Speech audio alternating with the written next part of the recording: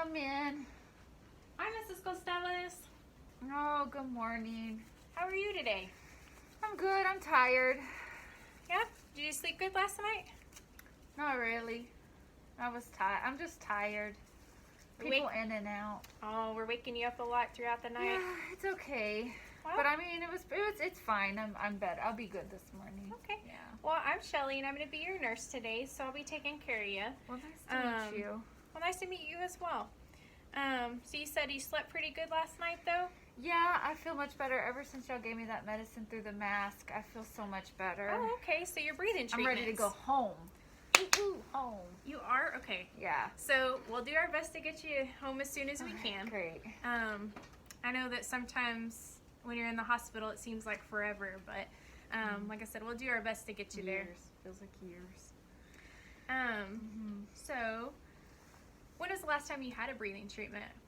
I had a breathing treatment in the emergency room, and then I had a breathing treatment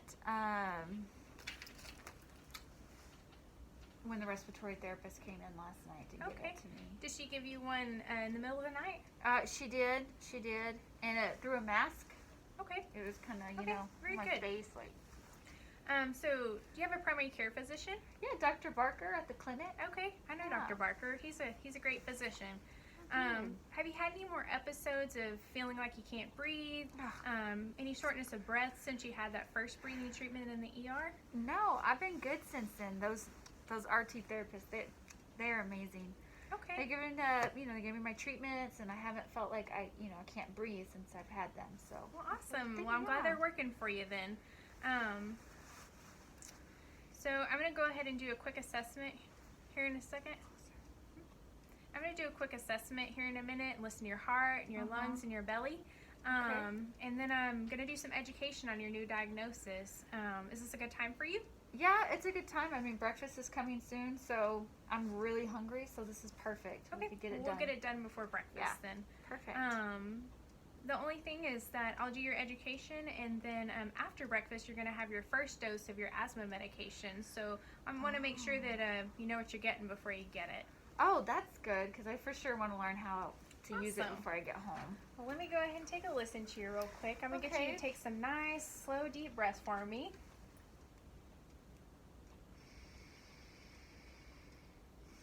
Very good. And again.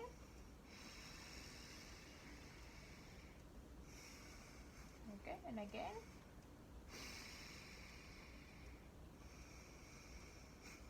And again. That's great. Let me listen to your belly real quick. Oh, it's probably going to growl, because I told you I'm super hungry. Yeah, it's Gurgle, gurgle. It's definitely busy. Mm-hmm. Got lots of bowel sounds in there. Gonna go later. For sure. Very good. I'm going to listen to your heart. Okay. Oh, that sounds great. Thank you.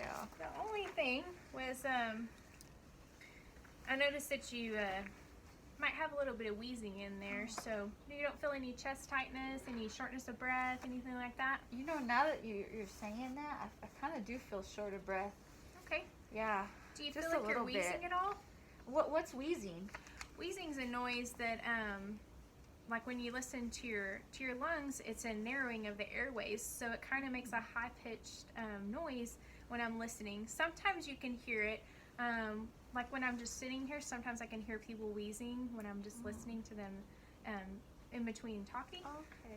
But then sometimes you can't hear it just when I'm talking to you, but I can hear it through my stethoscope. So that means there's a little bit of narrowing in your lungs in the airways. So maybe we can get that fixed a little bit. Yeah. So first of all, let's discuss what is asthma. Tell me in your own words what you understand about asthma. Well, I know that asthma is a breathing problem that I have now. And so for me, it just makes me feel like I can't breathe. Okay, so yeah, that's correct. So let me go into more detail, and if there's something you don't understand, you can ask questions and interrupt me, and we'll make sure that you understand what's going on. Okay, sounds good. Okay, so first of all, what is asthma? So asthma disease is a disease that affects your lungs. It is most common in the long-term, it is the most common long-term disease of children. but adults have asthma too. Asthma causes repeated episodes of wheezing, breathlessness, chest tightness, and you can also have nighttime or early morning coughing episodes. If you have asthma, you have it all the time, but that doesn't mean that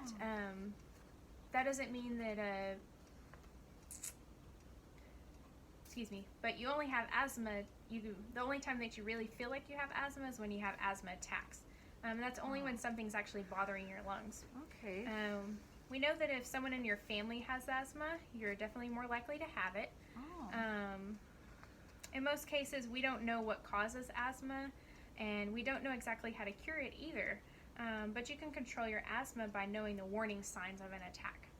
So some of the warning signs are staying away from things that can trigger the attack, or following the advice of Dr. Barker, of course. Okay. So when you control your asthma, you won't have symptoms like wheezing or coughing. Okay. You'll sleep better, and you won't miss work or school. You can take part in all physical activities, and you won't have to come back to the hospital again, hopefully. Oh, wow. So, how's asthma diagnosed? Asthma can be hard to diagnose, actually. Regular physical checkups that include checking on your lung function and checking for allergies can help Dr. Barker make sure that we have made the right diagnosis.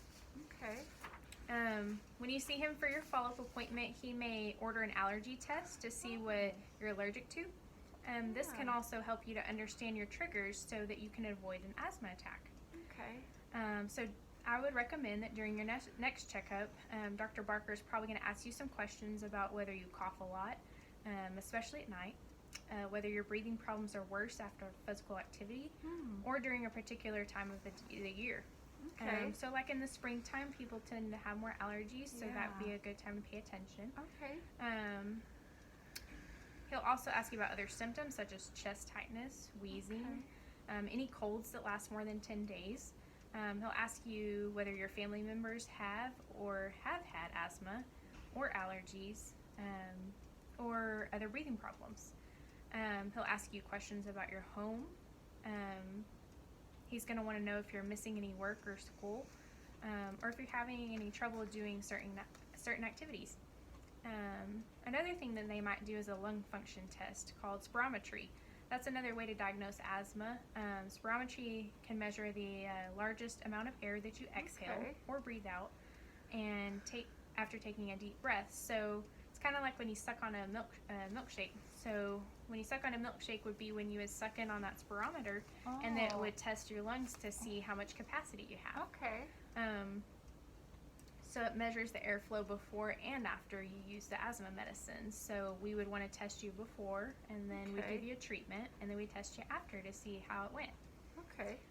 So far, any questions, Mrs. Costales? No. I was thinking, though, when I missed work a few days ago, when the thunderstorm blew in, I was a bit short of breath and coughing quite a bit. But I came inside, and that seemed to help out a lot. I felt fatigued when I woke up, and the next morning, and maybe a little bit short of breath, so I stayed home. Okay, so Is that it's possible. an attack? Definitely possible. So it's possible you were having some asthma issues, and you didn't realize it, but you weren't having an asthma attack. But like I said, you were having some asthma issues. So as I said earlier, asthma is something that you have all the time. Of course, what brought you to the emergency room when you felt like you couldn't breathe and you felt like your airway was kind of closing, that is an asthma attack. So as I'm saying that, same thing. So an asthma attack happens in your body's airways, which are the hoses that carry the air to your lungs. So air moves through your lungs, and then the airways become smaller. So like the branches of a tree. So that's what your lungs look like. The trunk is the main part of your lungs, and then the little tree branches go throughout your lungs. So when the little tree branches get smaller and they swell, that's when you can't breathe, because then also the large airways or the trunks also swell a little bit, so you're not getting enough air into your lungs, which is why you feel short of breath. So things that can cause an asthma attack. So this can occur when you're exposed to certain things in the environment, such as house dust, or I don't such as sleep, so. house or dust mites, Yeah. and tobacco smoke. That's another Oh. one. So speaking of tobacco smoke, does anybody smoke in your home? You know what? My husband likes his cigars. Okay. You know, he likes to smoke them. Okay, so does he smoke in the house or does he go outside? He smokes it everywhere. Okay. House, inside. So that may be something that that you would pay attention to, and you Okay. might ask him to smoke outside Okay. and not in the house, because that could be a trigger for you. So, Oh, good. I'm gonna flush um, all his cigars. so because that smoke is breathed in by a non-smoker, the second-hand person may suffer some of the consequences. okay. So parents, friends, relatives of children with asthma, they should all stop smoking and should never smoke with a person with asthma or around a person with asthma. Okay. They should only smoke outdoors and, like I said, not in the family home or in the family car. Okay. They should allow others to smoke in the, you should not allow others to smoke in your home, and you should make sure your home is smoke free, especially if a child is in there. Okay. So another thing is dust mites. I know that we're all busy, and I know you're a working lady, Yeah. so I know it's Yeah. hard for you sometimes to keep your house super clean, but one thing that could also affect your asthma are dust mites. They're in everybody's home. They're in my home, they're in your home, but they don't always cause everybody to have an asthma attack, but they can be a trigger for an attack. Okay. One thing you can do to help prevent asthma attacks is to use mattress covers or pillowcase covers to make a barrier between the dust mites and yourself. So Okay. if you keep your pillows bare, go ahead and put a pillowcase on it so that way the dust mites will separate and they'll be a little bit away from your mouth and your nose. At least you don't breathe them in all night long. Okay. Another thing is if you ever fall asleep with your kiddos, because I know you've got some kids, make sure that you take any stuffed animals out of the bed that you're laying in with them, because the dust mites can stay on their stuffed animals as well. Good to know. Other triggers can be strenuous activity.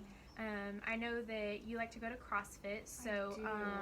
I know that could be something that keeps you from going to CrossFit. Okay. And we want to keep our patients definitely exercising as much as possible. Okay. But like I said, pay attention to some of the triggers that I've mentioned before, like smoke and dust mites, so that way you can make it to CrossFit every day.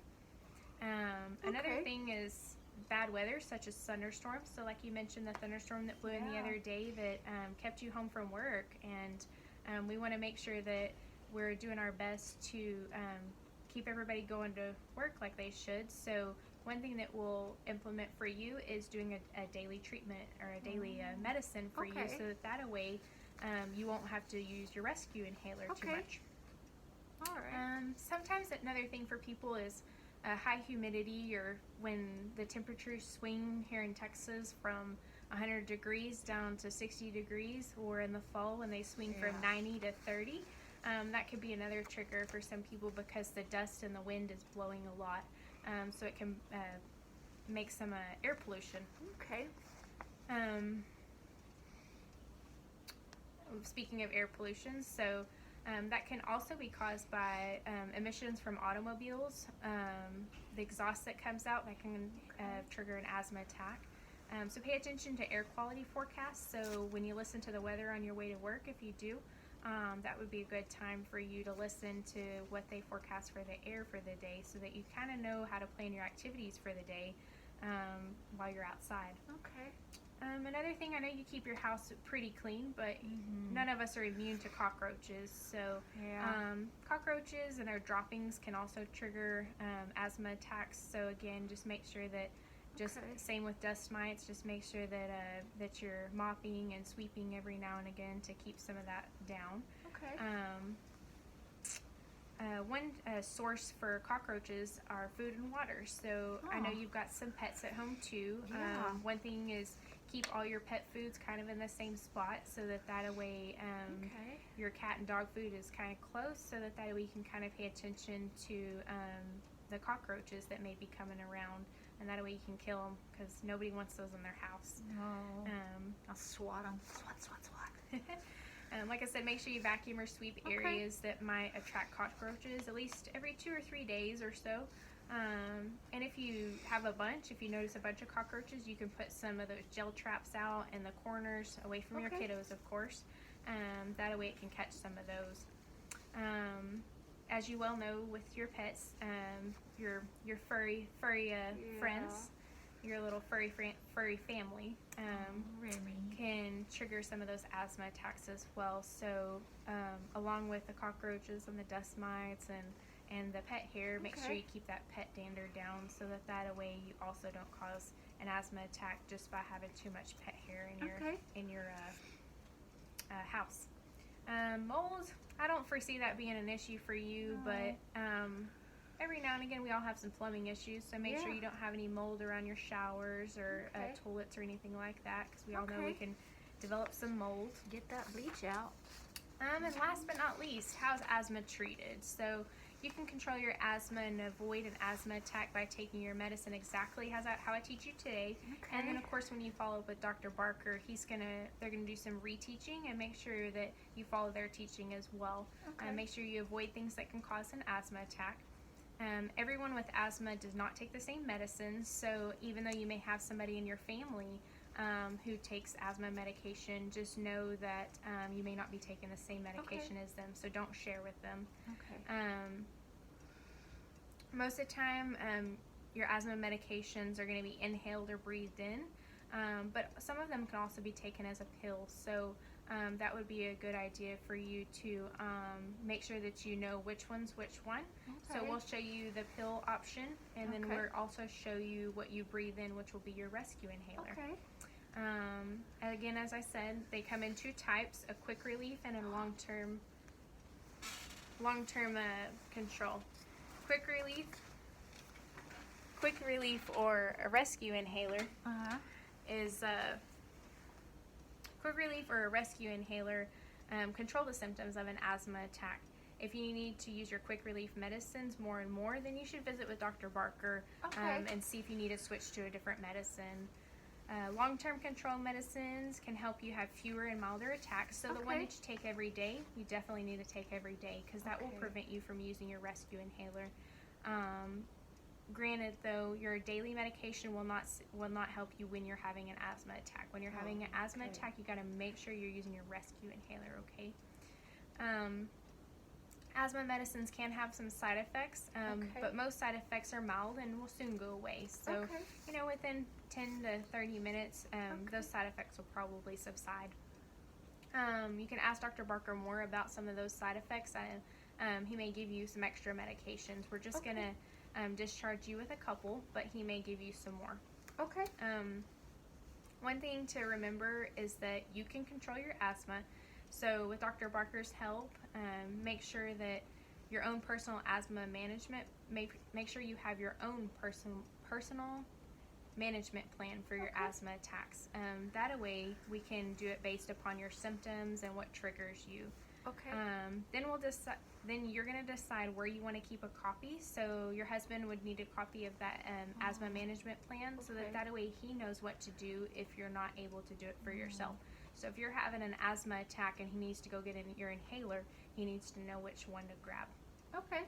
So it might be good to write on there and say rescue or something to denote that that's the one he needs to grab when you can't breathe and you can't walk to go get it. He can Okay. help you grab that for you. Make sure you take your rescue inhaler with you all the time. So make sure you put one in your purse, and if you want to keep an extra one at home, that may be a good idea for you as well. Especially since you go to CrossFit, make sure you take that rescue inhaler with you to CrossFit. Okay. That way, in case something happens, you'll have it with you in case you do have an asthma attack. Okay. And they should probably know where it's at too. If Yes, they don't. so it might be a good idea to also keep your Okay. copy of your plan with your CrossFit leaders, Okay. that way, or your coaches, so that way they also know what to do in case Okay. you were to have an asthma attack while you were there. Alright. And again, make sure you take your long-term medicine even when you don't have symptoms. So Okay. even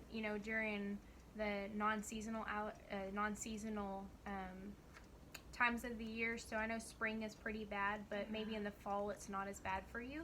Just make sure you're still taking that medicine every day. Okay. So Mrs. Costales, do you have any questions for me?